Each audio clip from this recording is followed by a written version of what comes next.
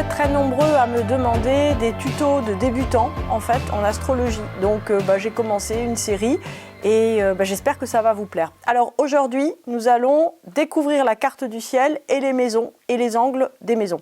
Donc évidemment, ces tutos ne sont pas absolument exhaustifs, hein, ce n'est pas un cours d'astrologie, c'est juste, on va dire, une introduction qui vous permet de vous repérer sur la carte et de comprendre de quoi on parle. Alors, découverte de la carte du ciel. Comme vous avez remarqué, la carte du ciel est ronde hein, et pas carrée. Alors, c'est amusant parce qu'il y a beaucoup de choses qui sont à dire sur ce point. La première chose, c'est que les cartes du ciel en Inde sont carrées et non pas rondes. Pourquoi ? Parce que on a 4 angles, évidemment, dans un carré. Les 4 angles correspondent en fait aux points cardinaux d'une part, et puis également, j'allais dire, à l'axe, on va dire, au cycle global de la Lune, avec nouvelle Lune, premier carré, pleine Lune et quartier descendant. En fait, c'est important d'arriver à comprendre que une carte du ciel, ça porte bien son nom en français, puisqu'une carte, c'est une question d'orientation. Ça veut dire que votre carte natale est supposée vous aider à vous diriger. À vous diriger dans quoi ? À vous diriger dans la vie, c'est logique. Donc, une carte, forcément, j'allais dire, ne tient pas compte de l'endroit où on est positionné, vous voyez, dans la forêt. Vous voyez, si on est perdu dans une forêt, la carte, elle vous fait une carte de la forêt, mais elle ne vous montre pas, c'est pas un GPS, hein, elle ne vous montre pas en temps réel l'endroit où vous êtes. Donc, ce qui va être compliqué dans une carte du ciel, si vous me suivez bien, c'est de définir où vous en êtes. Et j'allais dire, où est-ce que vous êtes rendu ? Est-ce que vous êtes devant un torrent furieux ? Est-ce que vous êtes devant une impasse ? Est-ce que vous vous êtes pris, en fait, dans, je ne sais pas moi, dans un buisson d'arbres dans lequel vous êtes coincé ? Ça peut être un Jupiter qui n'arrive pas à s'exprimer, et ainsi de suite. Donc, le problème numéro 1, on va dire, du rond, et pas du carré, même si le rond et le carré, donc astrologie occidentale, astrologie indienne ont le même problème, ça va être la porte d'entrée, c'est-à-dire par où on commence quand on fait une carte du ciel. Donc, évidemment, l'astrologie propose énormément, j'allais dire, de réponses par rapport à ça, de réponses qui vont dépendre de l'âge, qui vont dépendre de vos questions, qui vont dépendre, j'allais dire aussi, de chemins balisés qui sont toujours les mêmes. Hein. C'est un peu comme les sentiers de randonnée qu'on trouve un petit peu partout dans les forêts et dans les montagnes de France. Alors, un rond, ça veut dire quoi ? Ça veut dire aussi que nous sommes infinis. Ça veut dire que potentiellement, nous n'avons ni début ni fin. Donc ça, c'est une chose qui est très importante puisque toute astrologie se fonde, on va dire, sur le mystère de la naissance et le mystère de la fin globale de notre cycle d'incarnation présente sur Terre, c'est-à-dire sur la mort. Ni, on va dire, la naissance est un mystère pour nous humains, c'est-à-dire comment ça se fait qu'un petit bébé qui arrive, en fait, il a déjà sa personnalité, il a déjà sa conscience. C'est pas un mystère normalement pour les astrologues, hein, voilà, parce qu'un astrologue, à la naissance, une seconde, on va dire après la naissance d'un bébé, il peut monter sa carte et comprendre à la fois son caractère et les différentes étapes de sa vie. Le mystère de l'astrologie, c'est aussi le mystère de l'incarnation et probablement celui de la réincarnation ou de la lignée, ou des deux, à mon avis.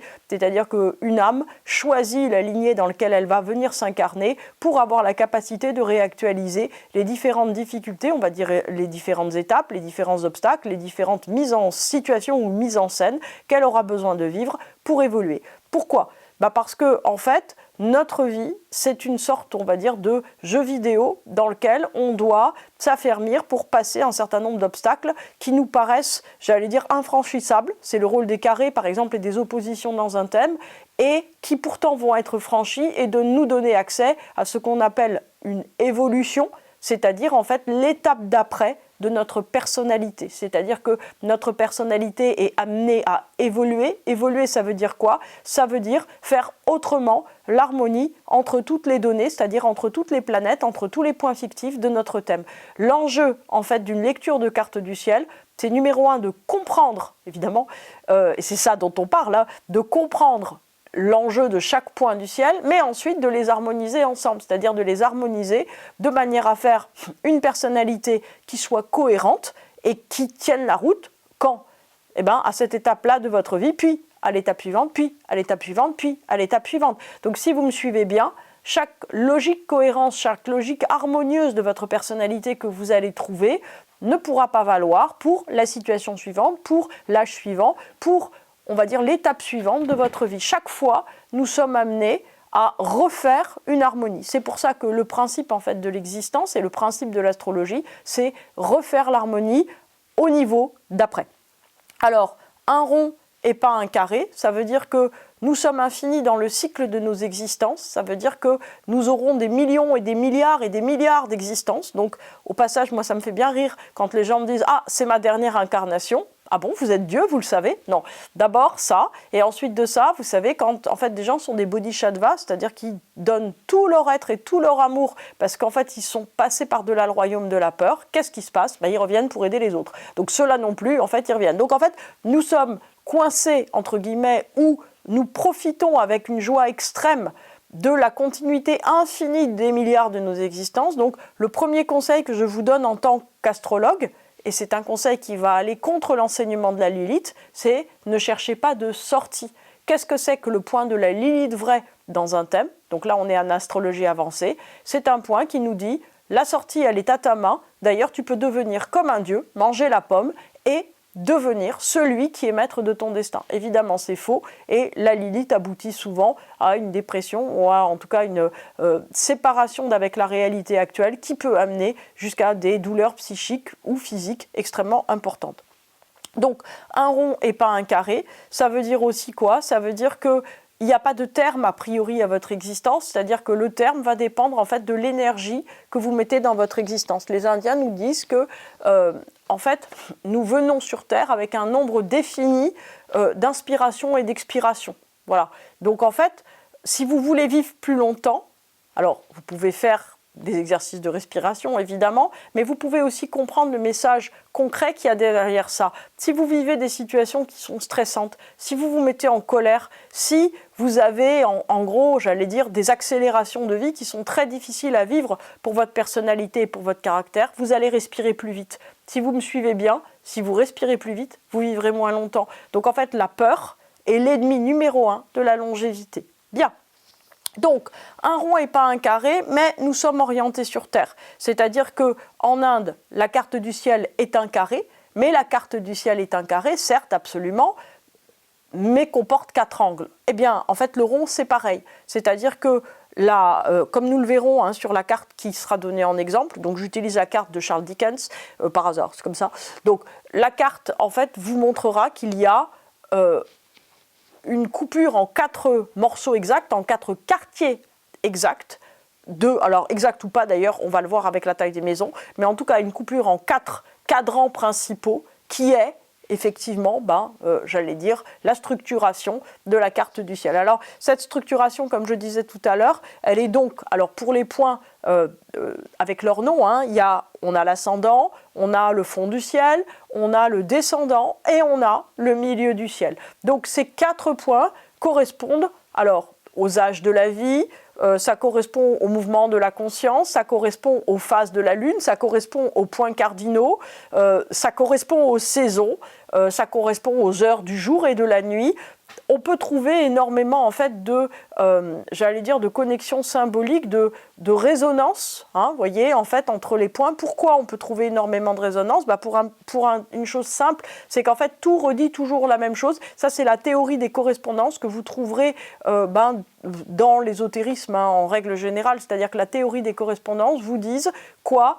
Vous disent qu'en vérité, tout se retrouve partout et tout le temps dans l'existence, et donc on peut tout voir, c'est-à-dire que dans l'hiver ou dans le cœur de la nuit, on voit à la fois, si vous voulez, le symbole de l'intériorité profonde de la conscience d'une part, mais également le symbole de la réflexion la plus intense, aussi de l'hiver de la vie, qui est en vérité, si vous voulez, le moment de l'intériorité, de la vieillesse, etc. etc. Donc, on a une coupure qui est en 4 axes fondamentaux. Le premier, c'est l'ascendant. Donc on va pouvoir dire beaucoup de choses sur l'ascendant. La première chose que vous devez avoir en tête, c'est que l'ascendant correspond en fait à la naissance du bébé, c'est-à-dire au cri du bébé qui arrive sur Terre, tout simplement. Ensuite de ça, le fond du ciel va correspondre au point le plus inconscient de la psyché humaine, c'est-à-dire que c'est le point par lequel, d'une certaine façon, tout s'origine. C'est-à-dire que notre lignée, notre karma, tout ce qu'on vient, on va dire, apporter sur Terre vient de ce fond du ciel. C'est le point le plus intérieur. Ensuite de ça, nous avons le descendant. Le descendant, il est techniquement en face de l'ascendant. C'est la pointe de la maison 7. Le descendant, pardon, j'ai pas dit, l'ascendant est la pointe de la maison 1 et le fond du ciel est la pointe de la maison 4. Et donc, le descendant, je reviens là-dessus, c'est le point c'est la pointe de la maison 7. Alors, moi, comme je dis, j'allais dire très poétiquement, je dis ce sont les fesses de la flèche. C'est-à-dire que, en fait, si vous voulez, l'ascendant est souvent symbolisé par une flèche, en fait, sur le thème astral.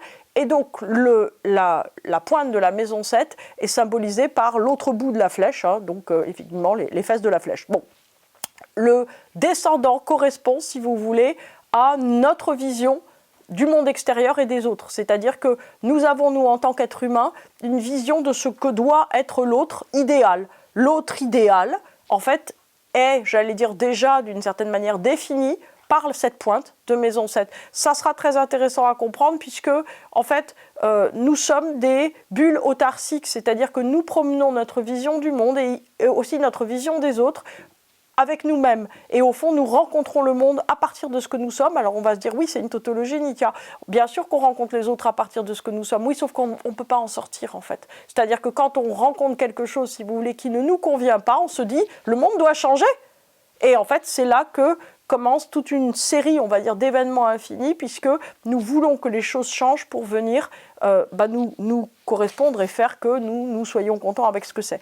Enfin, quatrième maison, c'est la pointe de la maison 10, milieu du ciel. C'est le point le plus abouti, on va dire, de l'extériorité. C'est ce qui se montre. C'est techniquement, on va dire, dans les livres d'astrologie, vous trouverez que c'est la pointe du professionnel. En fait, c'est la vie socio-professionnelle de l'individu, c'est-à-dire que c'est la vision extérieure de ce qu'il montre, de ce qu'il est. Donc, on a 4 maisons. L'ascendant, pointe de la maison 1, pointe de la maison 4, fond du ciel, pointe de la maison 7, descendant, pointe du milieu du ciel, maison 10. Donc ça fait 4 quartiers. 4 quartiers, donc on peut se dire que l'ascendant correspond au début, au lever de lune.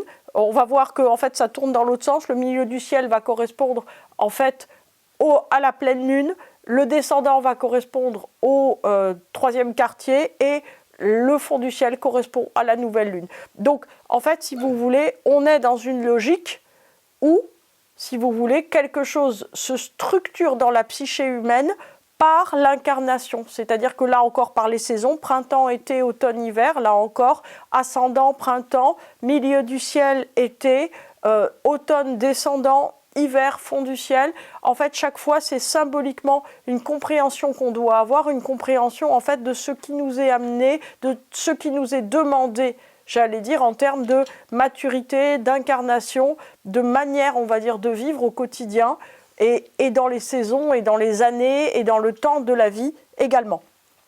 Un rond et pas un carré. Donc en fait, par où on rentre, ça va être tout le problème. Le bébé, il sait par où il rentre, hein. Il rentre par l'ascendant, c'est-à-dire que c'est le cri du bébé dans le monde. En vérité, si vous voulez, on se rend assez vite compte quand on fait de l'astrologie que le déroulé normal de l'existence, c'est-à-dire de l'ascendant, c'est-à-dire de la profondeur intérieure qui doit aller vers le milieu du ciel, vers l'expression, on va dire, extérieure de l'individu, c'est pas le sens de l'astrologie. C'est-à-dire que le sens de l'astrologie nous dit maison 1, 2, 3, 4, 5, 6, 7, 8, 9, 10. C'est-à-dire que l'extériorisation maximale de l'individu va être précédée par quoi? Par la conscience et par les autres. Donc en fait, si on... Pardon, j'ai mon chien en fait qui s'énerve, donc j'ai un petit peu de mal à me concentrer. En fait, quand on si vous voulez, réfléchir en tant qu'astrologue, ça ne va pas être le même sens que la vie. C'est-à-dire que le sens de la vie, c'est qu'on se dit, l'enfant, il grandit, il va à l'école, ensuite de ça, il a un métier. Donc l'enfant naît et grandit, c'est l'ascendant. Il va à l'école, c'est le milieu du ciel, il a un métier. Ensuite de ça, il se marie ou il commence à prendre conscience qu'il y a d'autres humains sur Terre, c'est le descendant. Puis, il se rend dans sa conscience profonde pour préparer la mort notamment et l'intériorité, c'est la maison 4. C'est pas comme ça que ça se passe en astrologie. En astrologie, c'est dans l'autre sens, c'est-à-dire que la conscience de soi doit donc maison 4, doit précéder normalement le fait de rencontrer le monde humain et les autres, de savoir qu'il y a d'autres et faire avec pour ensuite de ça trouver sa juste place dans le monde. Donc ça, c'est quelque chose auquel vous devez réfléchir. Forcément, quand on élève des enfants, quand on a grandi soi-même, on a toujours essayé d'aller à rebrousse-poil par rapport au cheminement qui est demandé dans la conscience de soi, alors qu'en astrologie, le mouvement, il est très clairement dans ce sens-là. Alors, je ne sais pas combien de temps il me reste. Est-ce que j'ai le temps de continuer? Ok. Donc, en fait, il y a 12 maisons dans le thème. Donc il faut savoir que nous avons donc 4 cadrans différents. Les 4 cadrans différents, selon les livres d'astrologie, vont correspondre en gros, j'allais dire, soit à des moments de la vie, soit à des moments de la conscience, soit à l'intériorité, à l'extériorisation des énergies, etc. Moi, je valide pas du tout ça. C'est-à-dire que je trouve ça extrêmement intéressant quand je lis, mais en fait, je trouve pas ça convaincant quand on travaille concrètement en astrologie. Donc, moi, je ne classifie pas les cadrans, ni des choses comme ça, ni les hémicycles particulièrement. Donc, vous ferez vous-même votre idée. Moi, je ne travaille pas avec ça. Donc, nous avons 12 maisons. 12 maisons qui vont être de tailles différentes en fonction en fait de la domification qu'on emploie. Alors qu'est-ce que c'est la domification? C'est la prise de tête en fait des astrologues sur le principe du fait que en fait la Terre est ronde et qu'il faut faire un plan à plat pour couper cette Terre ronde en 12 domaines à peu près égaux. Donc ce qui est assez compliqué, d'après ce que je comprends, de couper à plat un truc rond. Donc en fait, ils sont tous à essayer, tous les agents de domification, j'allais dire tous les grands astrologues qui essayent, on va dire, de donner une logique de plan plat à l'astrologie. Qu'est-ce qu'ils font en fait? Ils essayent, si vous voulez, de trouver un point fictif entre ciel et terre pour arriver, si vous voulez, à uniformiser la durée, en fait, dire de ces 12 maisons. À mon avis, celui qui a le mieux réussi, c'est Monsieur Placidus. Alors, il a un nom qu'on pourrait effectivement mettre dans une bande dessinée. Hein. Placidus, ça fait presque Placidé Museau, c'est très rigolo. C'est une très bonne domification, Placidus, et c'est aussi celle qui est par défaut sur la plupart des logiciels. Moi, je pense que c'est très bien. L'intérêt, en fait, des domifications par rapport aux maisons égales qu'on trouve en astrologie indienne, c'est que les systèmes de domification permettent, on va dire, des maisons qui sont j'allais dire, de grandeur différente. C'est-à-dire que vous avez soit des maisons qui correspondent très exactement aux 30 degrés d'un signe, soit qui peuvent être plus grandes ou plus petites, et qui correspondent très très bien à quoi? En fait, qui correspondent très bien, on va dire, à l'endroit où on est né. Puisque selon en fait qu'on est à un endroit ou à un autre du globe, c'est-à-dire plus au nord ou plus au sud, vous allez avoir des différences de taille avec les maisons, mais également selon que vous naissez en hiver ou en été. Donc ça, c'est très intéressant. Parce que le système des interceptions, donc qui permet en fait d'avoir quelquefois des signes qui sont complètement libres, c'est compliqué ça, des cuspides des maisons, c'est-à-dire des traits définissant les maisons, c'est ça aussi qui va permettre, on va dire, d'affiner une lecture karmique ou, j'allais dire, ou de lignée ou psychologique en fait du thème. Ce sont des choses avec lesquelles travaille beaucoup l'astrologie de la lignée de Dan Rudyard, hein, qui est une des astrologies, l'astrologie humaniste que je préfère. Bien. Donc, nous avons 12 maisons qui correspondent aux 12 domaines concrets de vie. Alors souvent, j'ai des gens qui me disent « 12 domaines concrets de vie, mais c'est pas suffisant !» Ah si, c'est bien suffisant. C'est même tellement suffisant que souvent, en fait, on a des redondances, c'est-à-dire qu'on a beaucoup de mal à se dire « alors cette maison-là, pour moi, c'est quoi ?» Alors, c'est très important, en fait, quand vous faites de l'astrologie, de savoir que votre carte, elle est atemporelle. J'allais dire pas vous, c'est-à-dire que un jour vous avez eu 8 ans, le lendemain vous avez eu 9 ans, enfin plutôt un an après, et ainsi de suite. C'est-à-dire que vous avancez dans la vie et en fait les significations de vos maisons, elles grandissent avec vous, elles évoluent avec vous. Si vous voulez, en fait la carte astrale c'est comme un visage, c'est-à-dire que si vous regardez votre carte astrale, alors si un astrologue regarde votre carte astrale quand vous avez 2 ans, normalement, il ne va pas voir, on va dire, les mêmes traits saillir que quand vous avez 20 ans. C'est-à-dire que le remplissage ou la conscience que vous mettez, le développement que vous mettez sur chaque point, en fait, de vos maisons, et donc des planètes qui sont en maison, ça va changer, ça va se modifier, et ça va faire quelque chose qui sera complètement différent. Alors, 12 maisons. 12 maisons qui ont chacune une signification qui nous vient de très loin, puisque c'est Ptolémée qui a, je crois, le premier commencé à mettre en forme, à formaliser la signification des maisons. Donc c'est vrai que lui, il était beaucoup plus, on va dire, sur la mort par noyade que sur les réseaux sociaux. Il a vécu au IIe siècle après Jésus-Christ, mais en fin de compte, si vous voulez, la théorisation de Ptolémée fonctionne un jour encore très bien. Il faut juste l'adapter un petit peu à notre monde actuel. Alors, qu'est-ce qui est, on va dire, le plus important dans l'adaptation à notre monde actuel? C'est de comprendre, en fait, non pas l'évolution des techniques, c'est-à-dire, en gros, oui, ok, il n'y avait pas les réseaux sociaux au IIe siècle après Jésus-Christ, donc où est-ce qu'on va les mettre? Ça, c'est l'aspect technique. C'est l'évolution des mentalités, on va dire, qui est, à mon avis, le plus difficile à suivre et le plus important, puisque au IIe siècle après Jésus-Christ, les enfants, c'était moins qu'un meuble, parce qu'en fait, les enfants, on en refaisait tout le temps, et les meubles, par contre, c'était précieux, parce que c'était très cher, et on pouvait se les donner de génération en génération.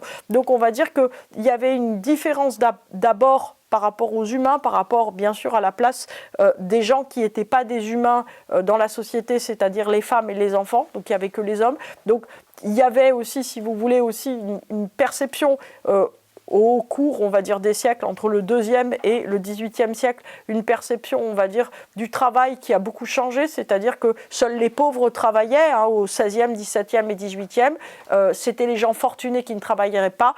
Aujourd'hui, quelqu'un qui ne travaille pas est plutôt dévalorisé, alors qu'il y a 300 ans, quelqu'un qui ne travaillait pas était au contraire quelqu'un qui était profondément valorisé. Voilà.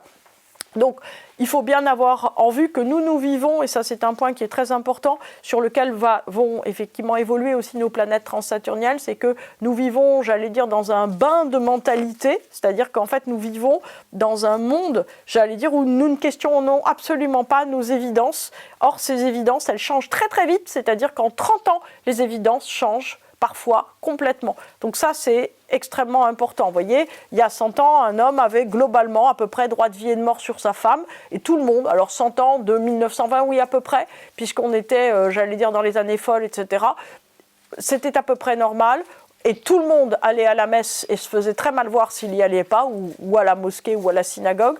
Aujourd'hui, on va dire que quelqu'un qui est très pratiquant religieux et qui veut tuer sa femme, on se dit c'est un problème.